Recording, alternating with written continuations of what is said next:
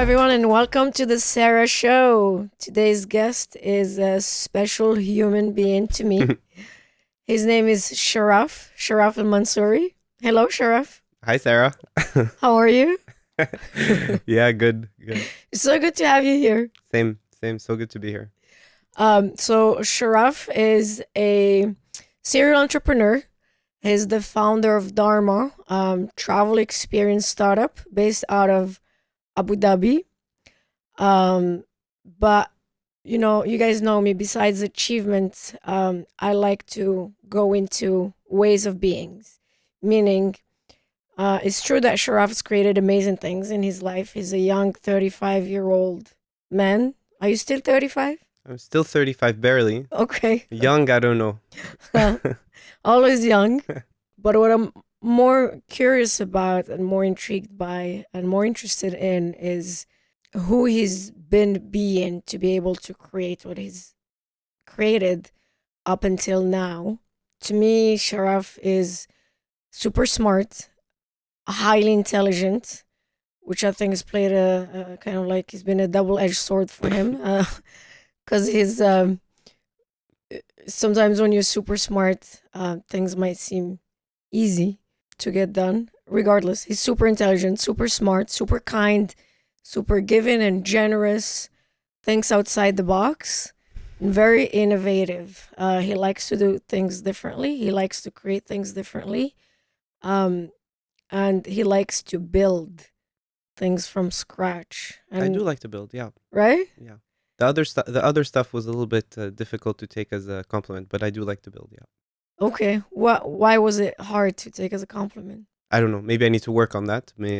It's I think there's I guess we have a culture of humility and discretion, and it's then hard for us to accept kind of public recognition or public compliments, which in many ways I think is a good thing, not a bad thing. But I also understand that you have to learn how to take compliments. So I'll add to that. He's also very humble. That's a yeah. Um, That's a meta way of looping back the conversation. but you did enjoy accepting the fact that you like to build. Why Yes. was that easier? Because I like to build, Okay. and it's not tied to anything. It's not tied to a positive or negative sentiment. It just is, and I like that. There's no assignment of judgment on building. It's just, do you like to build? Do you not like to build? And I like to build. When did you discover you like to build? I don't have memories of that time, and we didn't have social media and easy recording at the time. But mom's always been telling me stories of just me spending hours, days, just building and creating stories at home. So I think early on. But when did I get comfortable with it? I think recently, actually. It took, ironically, talking about being uncomfortable with validation, and there's a huge irony there, because I guess we all chase validation, existential validation almost. But then when you get it, it's like, oh well, you don't know how to deal with it, or you deflect it. But I think it took Dharma to achieve some level of success, and we can talk about that later, because I think that's also very relative in how you define where in our stage I would consider the business a success. It took, Nisa and I having built this and having gotten to where we are, to be comfortable that I could build something of worth, let's say, to say, okay, well, actually, you know what? I like building, and I want to keep building. So it's more about the journey, not the destination.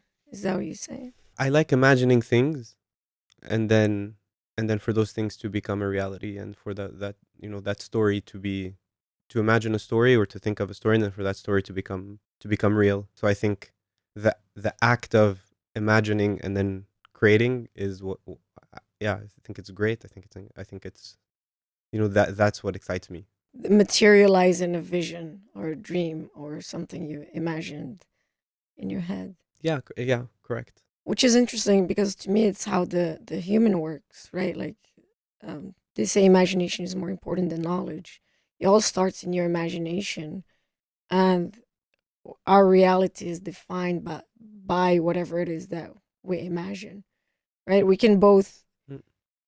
be experiencing what seems like the same thing from outside, but we live in it in very different realities. Yeah, definitely. So, talk to me about the adventure of Dharma. So, it's been how many years now? It's been 4 years. Okay. Yeah, more or less 4 years. And it does sound like an adventure, right? The startup world is an adventure, Mhm. which is why I love to work with people like you. It's just a very innovative environment, very creative, very a lot of imagination, a lot of excitement, and obviously it has its downs as well, right? It can get really tough. It can get really challenging. We can run out of money. We can, there's so many things that can Yeah, happen. Nonetheless, it is you strike me as someone who wouldn't have done any differently. for me it was. There's a saying that says you don't know how strong you are until you have to, Mhm. and I think that when Nis and I and Leah and Brice and the team decided to kind of commit to this experience, and maybe we can touch on commitment later, and work ethic actually. But when we decided to commit to building Dharma, it was a full commitment. It wasn't.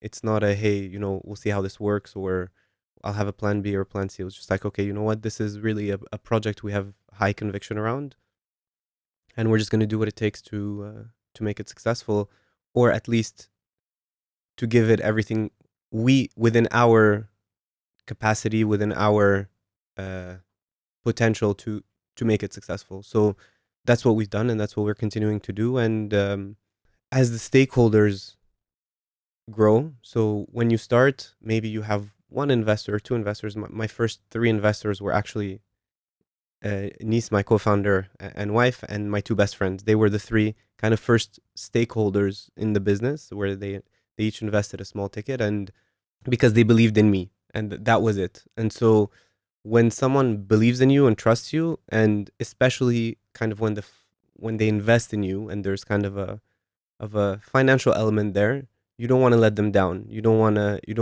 to respect, their belief in you, and that belief also gives you a lot of energy to say, well, actually, you know what, these friends believed in me so much that they backed me. And so I think that for me was the first impetus, the first push to say, okay, if these guys, this core group, believe in me so much that they invested in me to kind of allow me to quit my job and give this a real shot, then the minimum I can do is give it everything. And then the kind of stakeholder group grows. So it went, and this was in 2018, so it's been 6 years already. This was kind of the first iteration of Dharma. It was like an agency play at the beginning, not really a travel tech or a scale business. It was a different ambition, and I'm happy to share the story as well on how that evolved. But I think at that point in time, you have no choice. What's important for me is to know that I left it all on the court and that I gave it my all. That's what I owe people who believed in me, and that's what I owe myself. Maybe out of lack of confidence in myself at the time, I was off the court, and I think in my first kind of professional experiences, joining the family business at such a young age, I wasn't on the court, right? I was just getting by. You mentioned my intelligence being a double sword. I don't know that it's that, and I don't think that it's that. I think actually it's just a question of work ethic and just getting by, and eventually and ultimately just becoming a mediocre version of myself. So I think that time where it was, I'm just gonna follow kind of the script, and go with the flow because it gives me this financial security, ended up making me a mediocre employee, a mediocre son, a mediocre partner, a mediocre version of myself. And I think that work of becoming the person that I kind of ambition to be, uh, which I think is a work in progress and will continue to be, ultimately forever, really started in that moment where my three best friends came around and were like, you know what? We see the potential in you. and we'll back you. And then from there, you go from 3 stakeholders to today, we have more than 50 team members who have committed to the business, whose, livelihoods depend on the business. And those for me are incredibly critical stakeholders. I feel a responsibility towards people who've believed in the vision and jumped on board. We have many more investors and friends and advisors. And so that pool of 3 people suddenly has become a pool of 100 people, 150 people. And so I think with that, and I realize that, it's quite a tangent from where we started, but with that, I think comes the commitment to say, I'm grateful for their conviction in me and the business.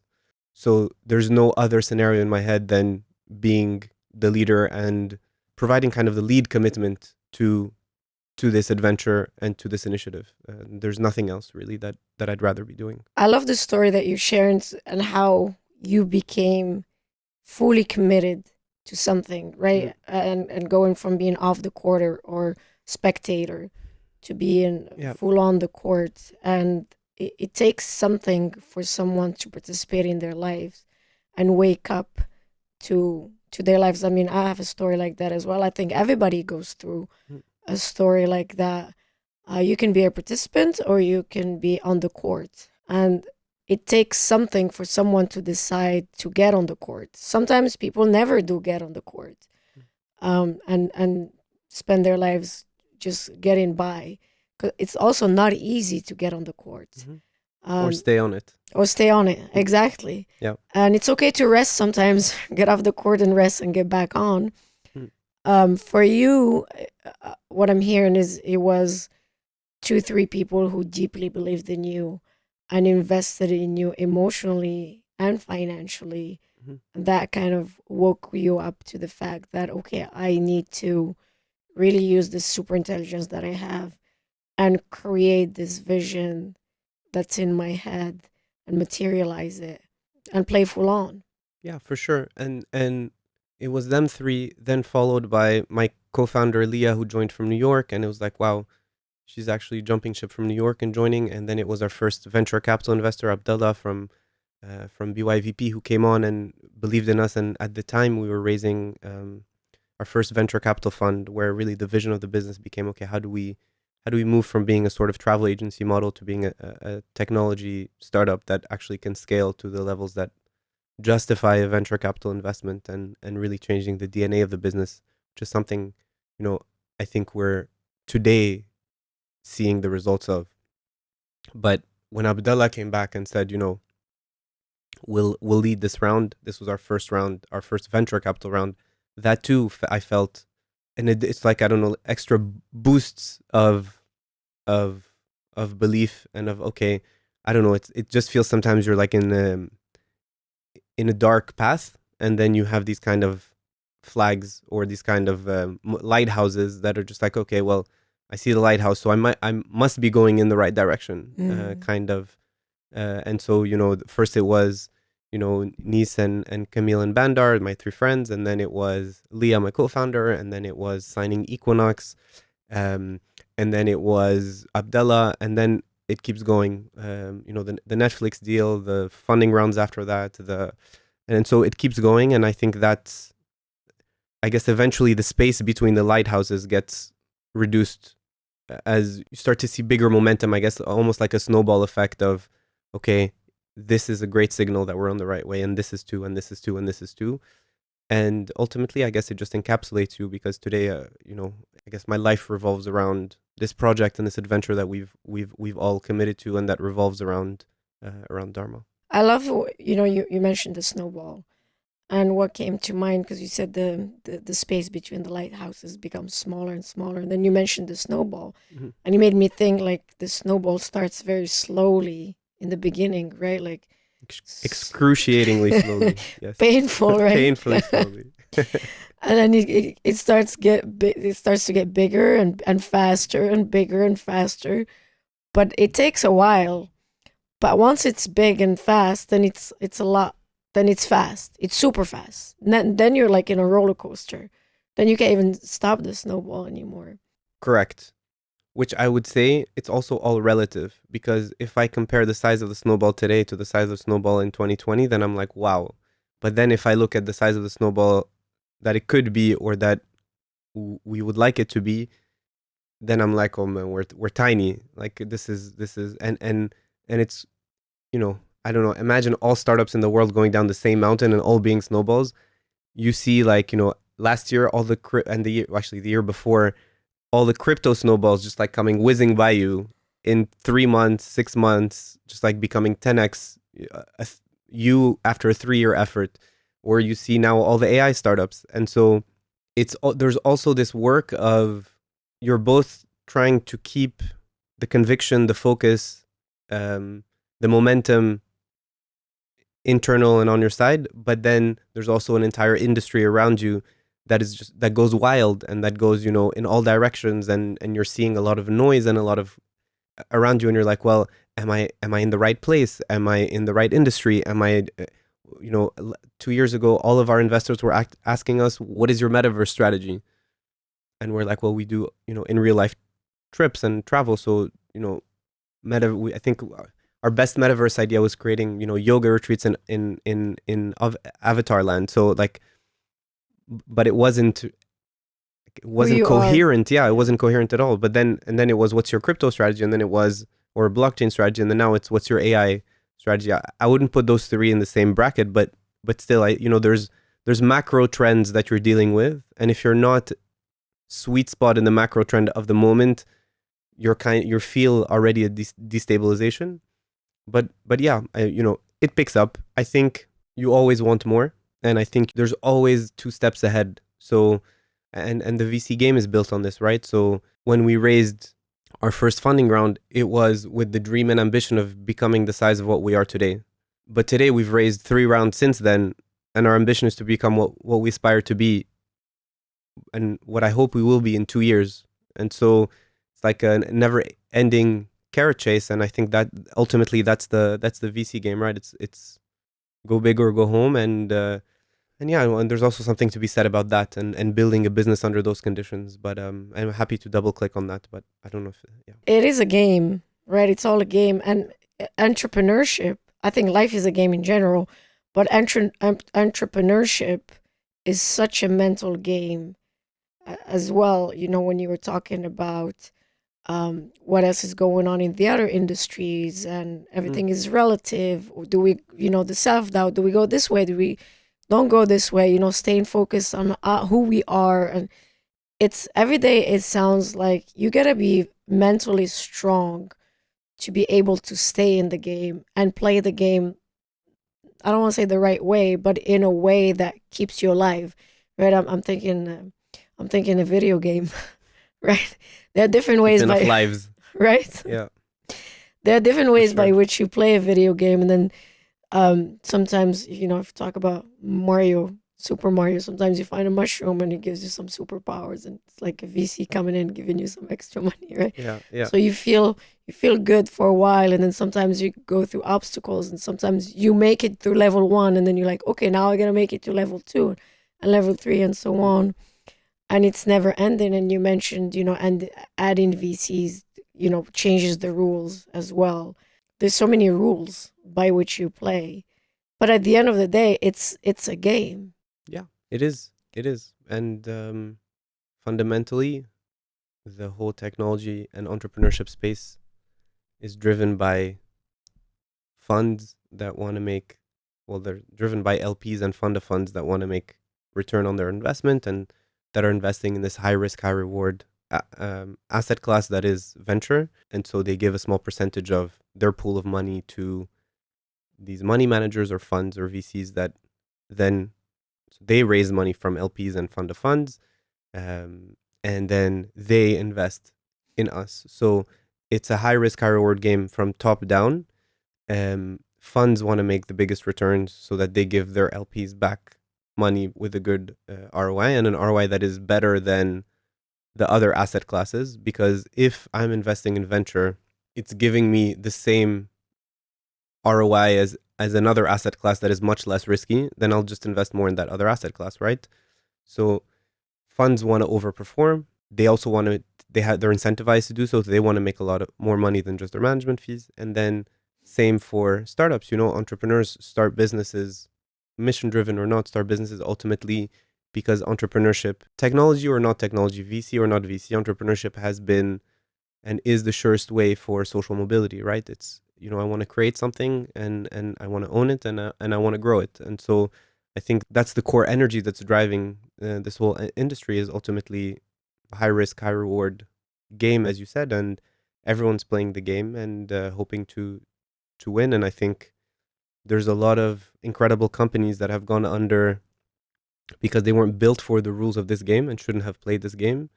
There's a lot of great companies that have gone under because of macro trends, not within their control. And there's others that maybe were in the wrong place at the wrong time, where you can't access the kind of funding you need or the kind of talent you need, etc. So there's so many variables that you have to contend with, and ultimately, what I come back to for me, kind of in this whole noise, in kind of the craziness and violence of this whole noise, is I come back to, okay, to the core of what is a business. Are we building a business that we think that we have high conviction around? Are we building a business that we think we can grow? Are we building a business that we believe in? And if the answer to all of those are yes, then venture, not venture, equity or debt, macro or micro trends, as long as we're giving kind of the full commitment, the team is aligned on what we want to do and where we want to go, then it's, we're going to go out there, play the game, and leave it all on the court to try to build the company that, we wish exists or existed. The startup world and the VC world, would you agree this is a new game? Well, in our side of the world, definitely. I think in the US, it's 30, 40 years old already in the US. So, for us and in kind of our markets, it's definitely developing game.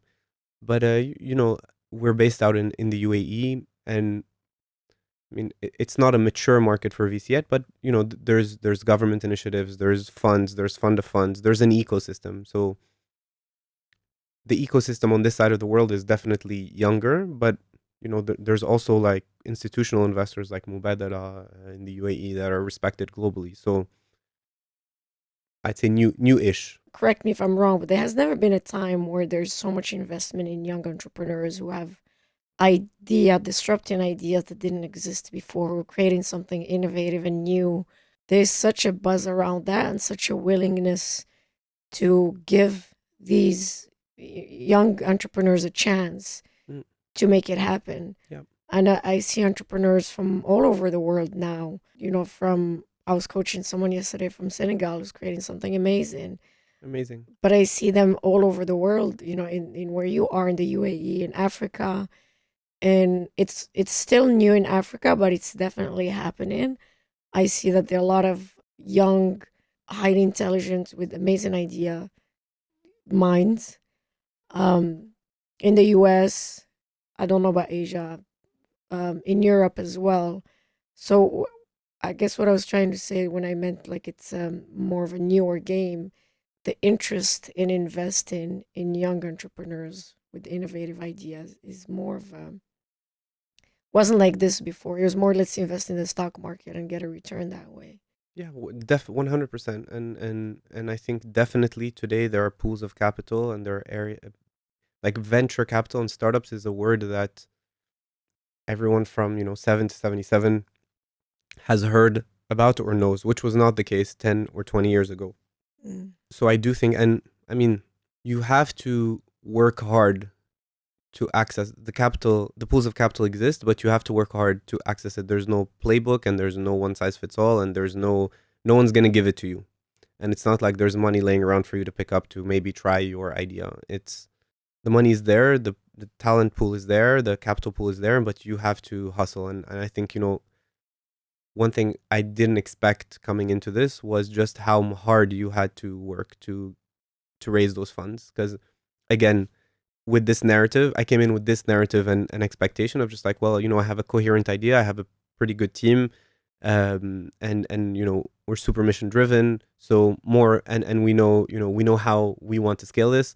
So I'm gonna get on a few calls and I'm gonna sign our first investor. Took me more than 120 calls the first time around, and some pretty embarrassing ones too, because you have to get, and this was in 2020, mid-COVID, trying to raise a first institutional round for a travel tech startup. So I got it was a washing machine, but it's fundraising is always a good washing machine because actually no one will be as honest with you as someone who's about to give you their money. So, it strips out the fat or the wrong indications and really comes down to the core of what's your business, what's your model, who's your team, how are you thinking about this, what does your P&L look like. In 2020, no one cared about EBITDA or profit or margins. Today, that's kind of the first question you get when you talk to a venture fund. So there's again cycles of what investors are looking for and care about. But yeah, so to answer your question, yes, of course, it's more prevalent, it's more top of mind, it's more normal. I mean, look, today we're a UAE based company. We're 50 plus people. We're fully remote. So it's two co-founders in the UAE and then spread between the UAE and the US and Argentina and Ghana and Morocco and Spain and France and the UK. So like where our team is spread across, I believe, 12 or 13 countries.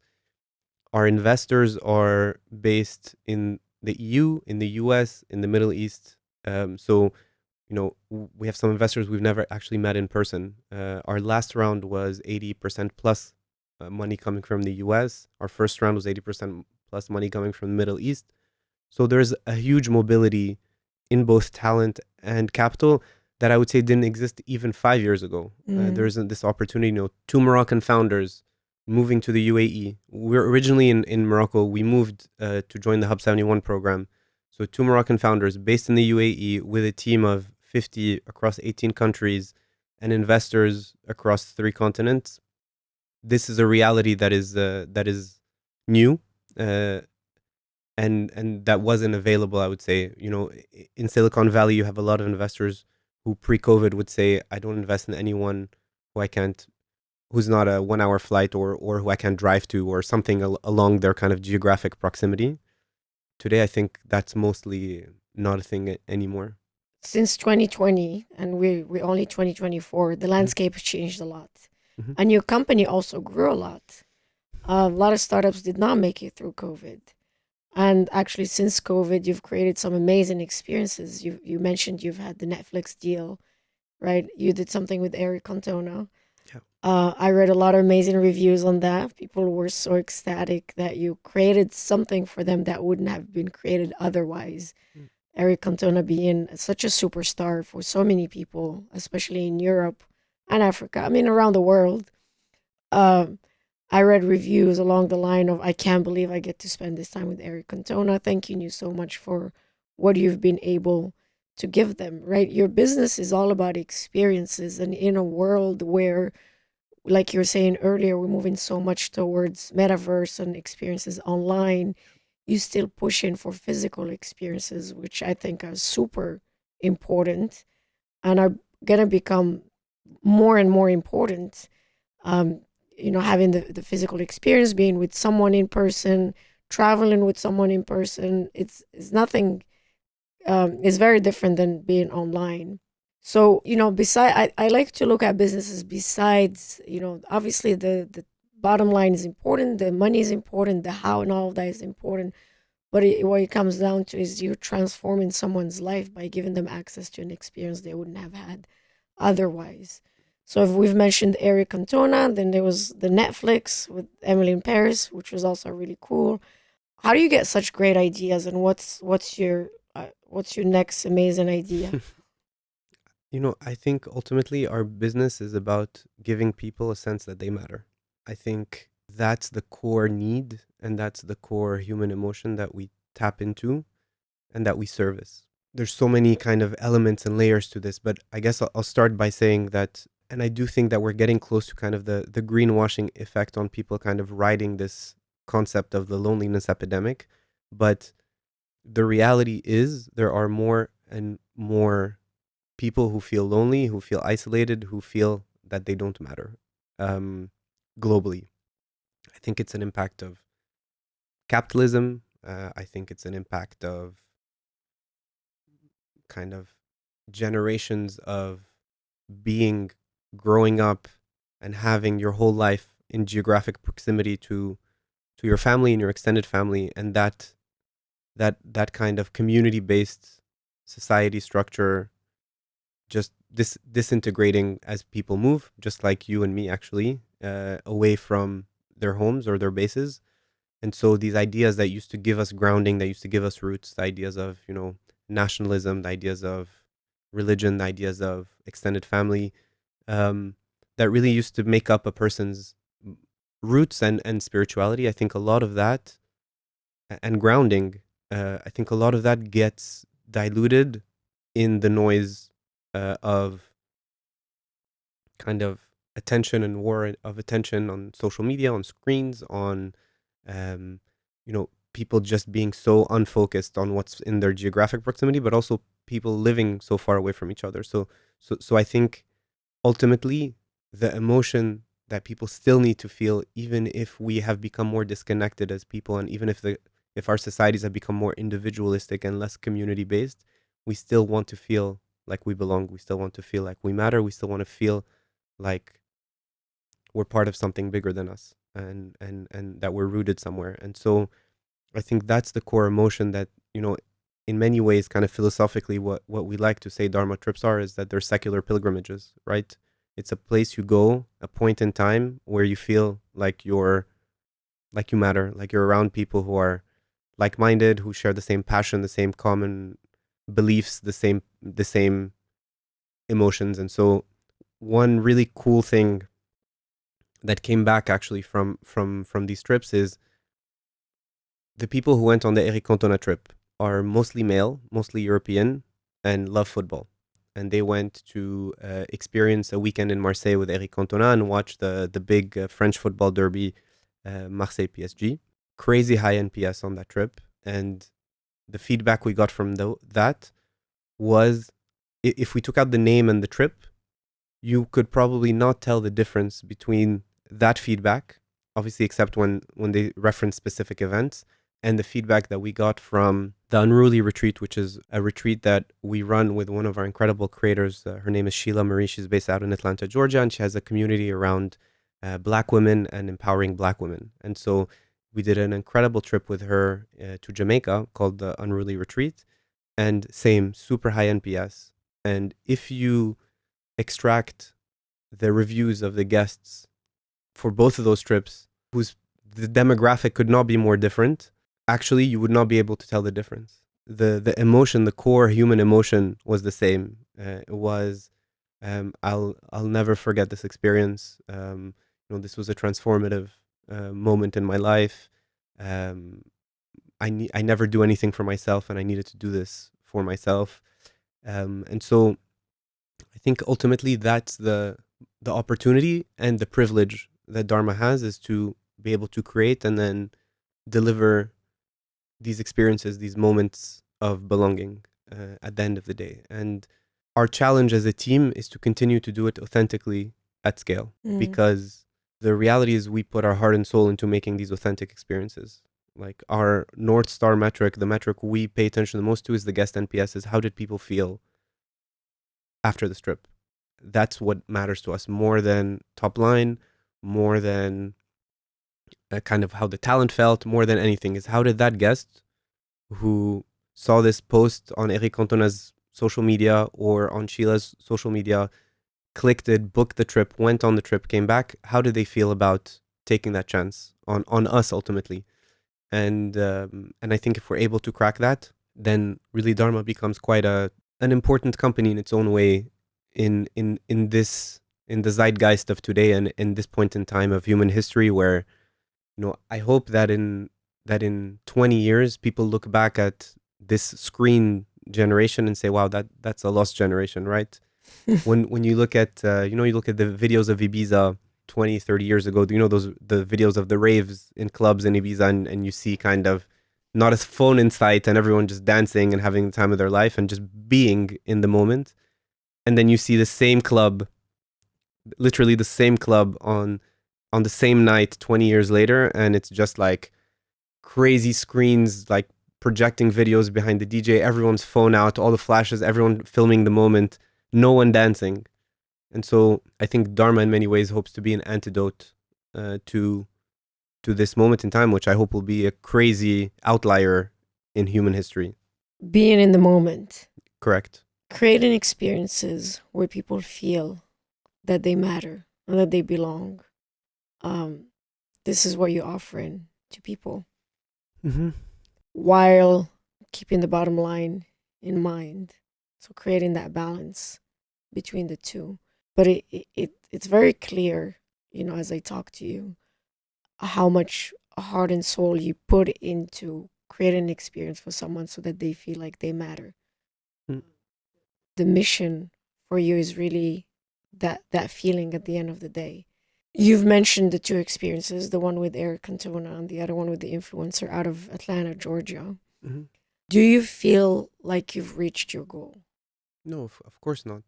I think our goal is to be able to deliver this at scale, for Dharma to be a household name. It's like when you're thinking, when you're like, what do I want to experience on my next trip? Where do I book my next trip?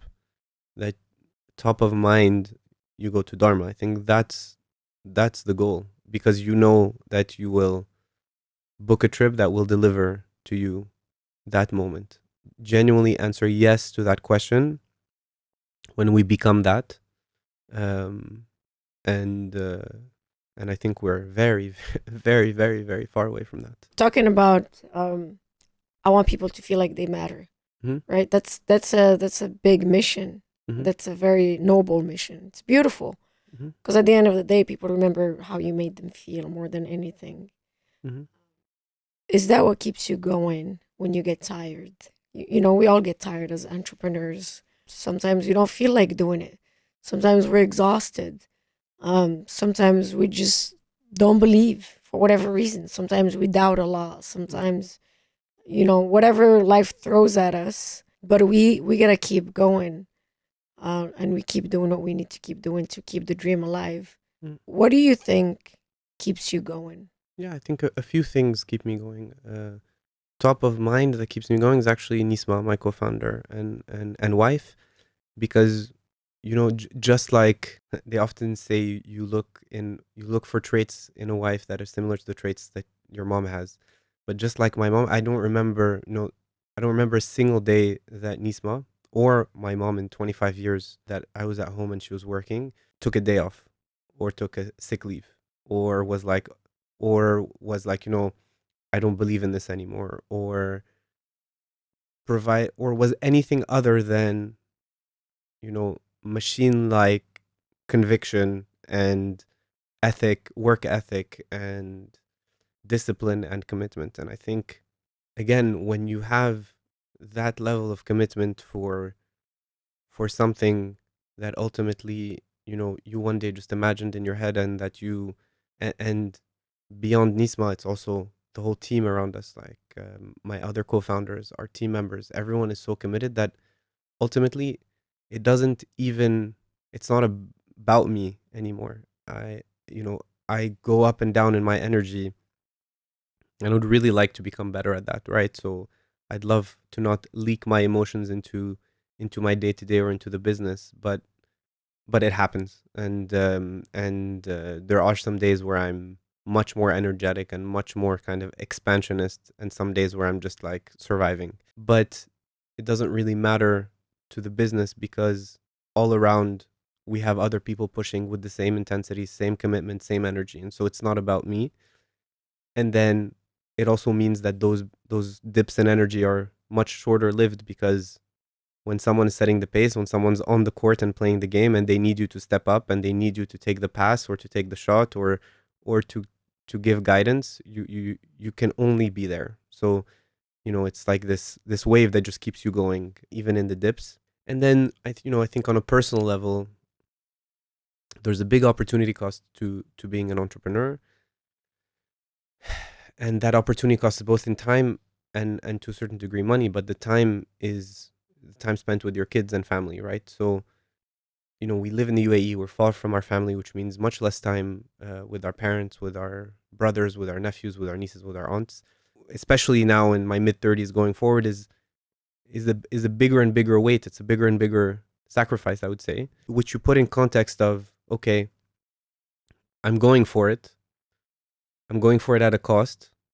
And so I'm going to give it even more everything, because I know that there's a real sacrifice on the other end, of valuable time with the parents, valuable time, my kids with their cousins, etc. So I think those two things, and just wanting to provide the best for the kids and the best for the family, are, keep you going. It's like at some point, and I do think that this idea of what keeps you going is a contemporary idea. It's like an our generation idea, because I mean, we look at our parents, your parents, or my grandparents, or our parents. I don't think the notion of keeping going, and I'm not saying it was a good thing or a bad thing, I'm not assigning judgment on it, but I think this, again, this individualistic, are you okay, are you happy, are you okay to keep going, is much more a notion of today than it was a notion of yesterday. And along with the loneliness epidemic, I think there's a big mental health conversation to be had, publicly and together. Try to keep the self-care. I go to the gym.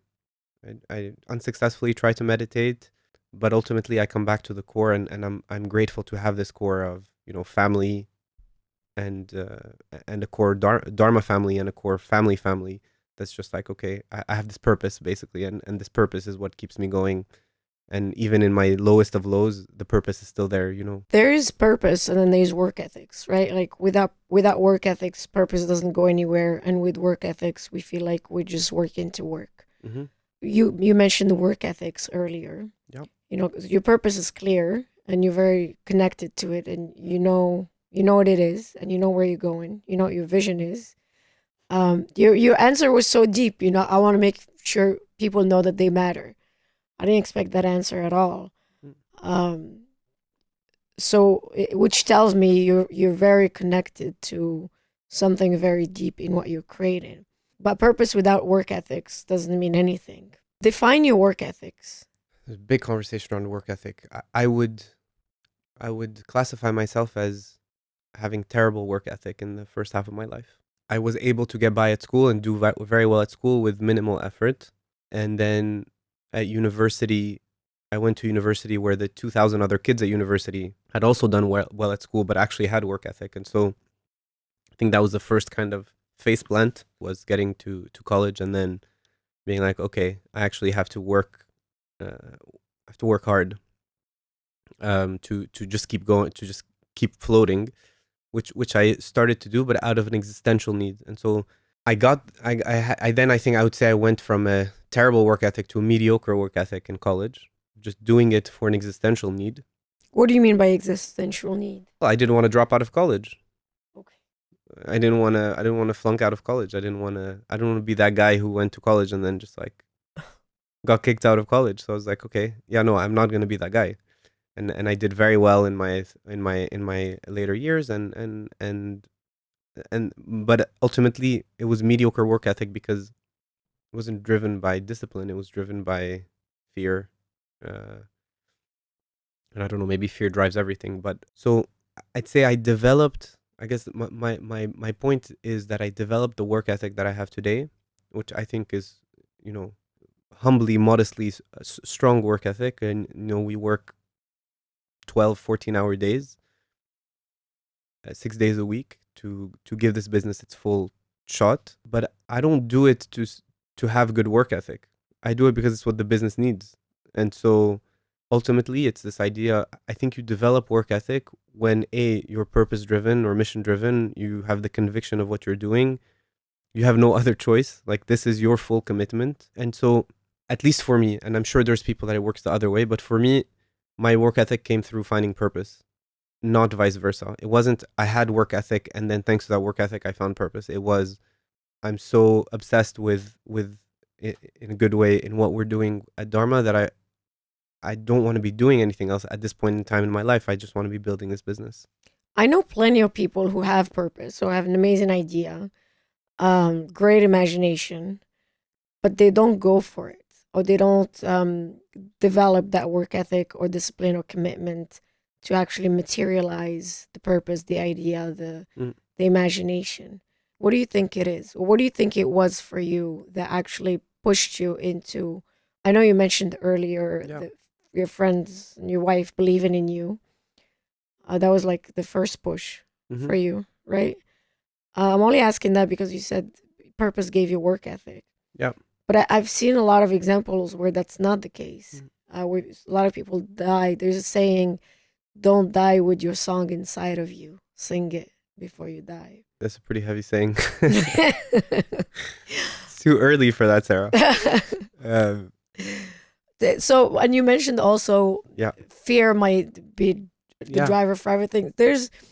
I think there are two schools. There's a school of like fear driven, and which includes shame, and then there's the love driven, which includes validation. There are two different ways people respond to different things, but I feel like whenever people are responding to fear or shame, it comes from a trauma based program, subconscious program, and thinking.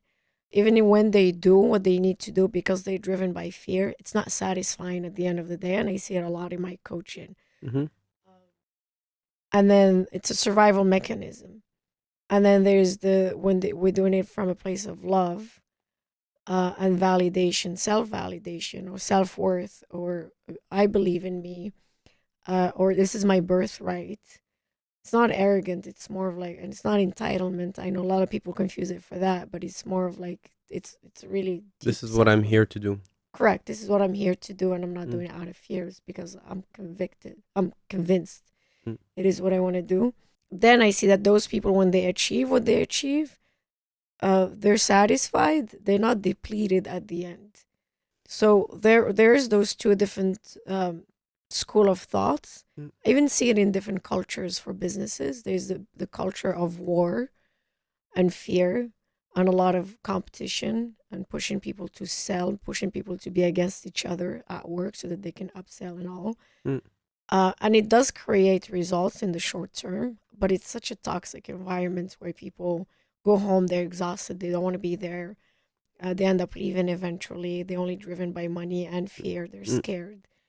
And then there are the cultures of, which is what I try to create, which are cultures of inclusion, cultures of collaboration, cultures of I matter and I'm here because everyone wants me to matter, because everyone gives me a voice. Everyone hears me out because we work together in collaboration and inclusion. Mm. As someone who's, a leader of a startup, and you mentioned earlier you have about 50 people that you lead in. What have you learned in terms of leadership? The one thing that I've learned about leadership is that I need to learn much more about leadership. That I think is my next big kind of construction site as a CEO, is to really upskill with the business, because managing 10 people is not managing 50, is not managing 100. And so I think that's the one top learner for me. And then in terms of the culture, ultimately, I think it's always a big difference if the company is mission driven or not. And in our case, we are. Being a mission driven company is much harder in many ways because you have to hold yourself accountable to your mission. And that's hard. That's hard, and there's hard decisions that come with that. And there's, especially in a venture funding kind of macro environment where actually there's an aggressive push for profitability where there wasn't before, then kind of balancing team P&L and doing right by guests is always, okay, well, this guest had a medical emergency. Do we refund her or him, and do the right thing? Do as we would have liked someone to do with us. And if so, then that's a direct hit to our P&L because the suppliers have already been paid and it's a non-refundable contract with them, and they won't budge Mm. on that. So an example of where it's like, okay, ultimately, if what we obsess about is that guests who experience Dharma in any way, shape, or form have a human first experience, if that's kind of what drives us, then what are we willing to give up against that? And I think, that's what builds culture more than anything that we can proactively do, is the decisions that then leadership make on that, of just like, okay, yes, let's do the human thing, let's do the right thing. it's going to hit our P&L, and that's okay. We still have the conviction and the clear way to get to get to a coherent P&L position, and we actually think that ultimately, by behaving this way, we build a bigger, more successful company and more profitable company. That's the core conviction. Then that's how we will behave as a company. And so I think internal company culture is very much driven by how, if you think of the company as a body, it's very much driven on externally what that body does and how that body interacts with its environment, with its guests, with its clients, with its suppliers, and whether it's a positive, a positive movement or a negative movement, because internally the body feels that and the company feels that. So if I'm a guest support agent at a company that is just, let's say borderline in its ethical decisions, and I am the customer agent that's actually writing these negative emails out to guests, I mean, the company can bombard me with company culture emails all day and all week, but I see how this company is being, and so this kind of dissonance between what we say we are versus what we actually are.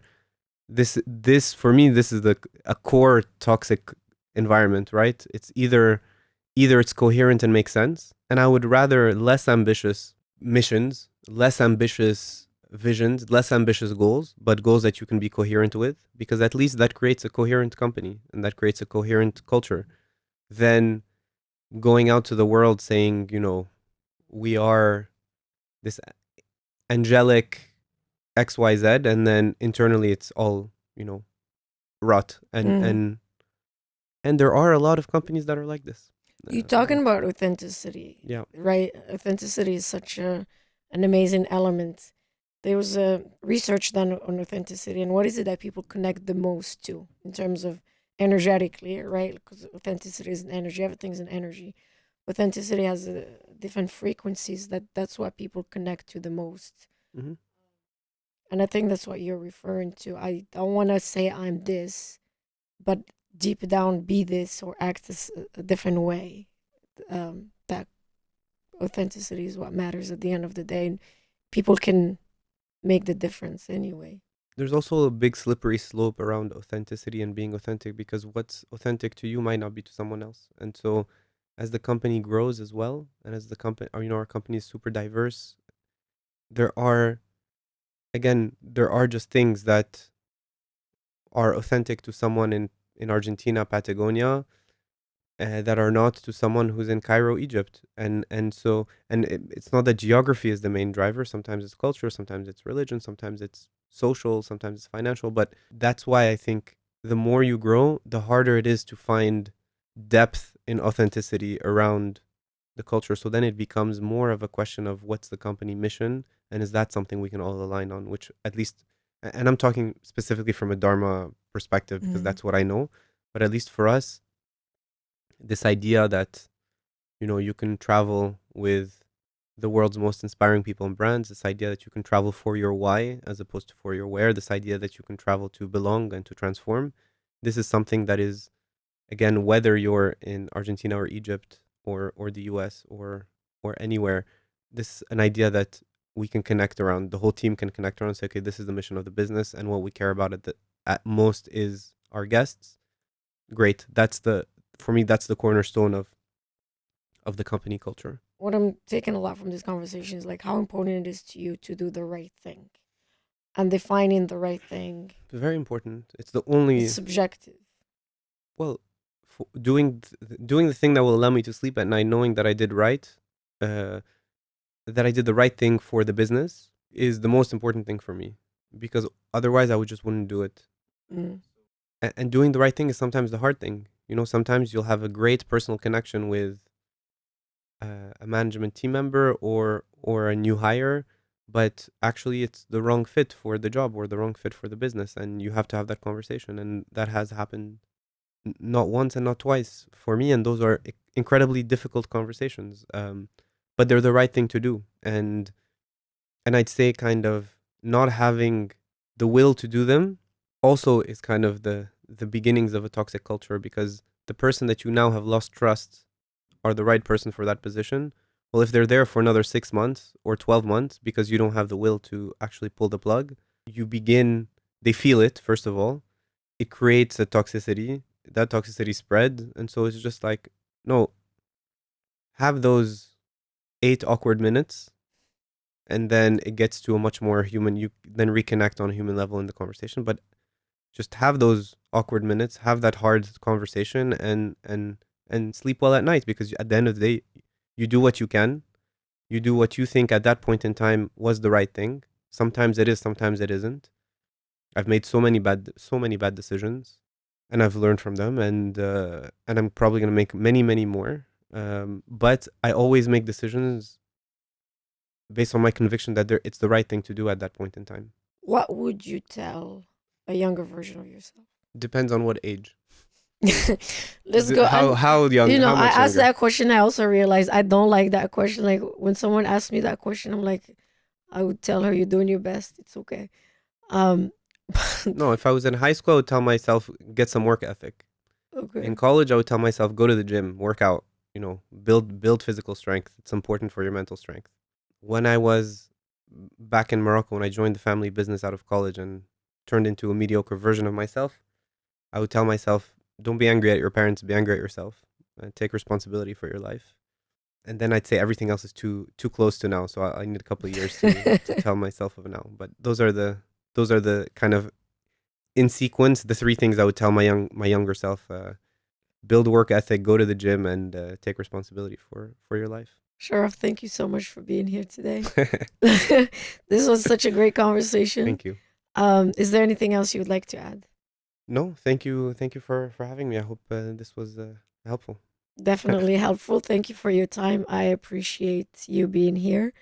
I appreciate you taking the time, and I know that you had to take a couple hours off of work to be here. So thank you for putting other important stuff aside to be in conversation with me today. I really appreciate it. I know it will have a tremendous impact on everybody watching us. And this is it for today. I'll see you guys next time. Thank you.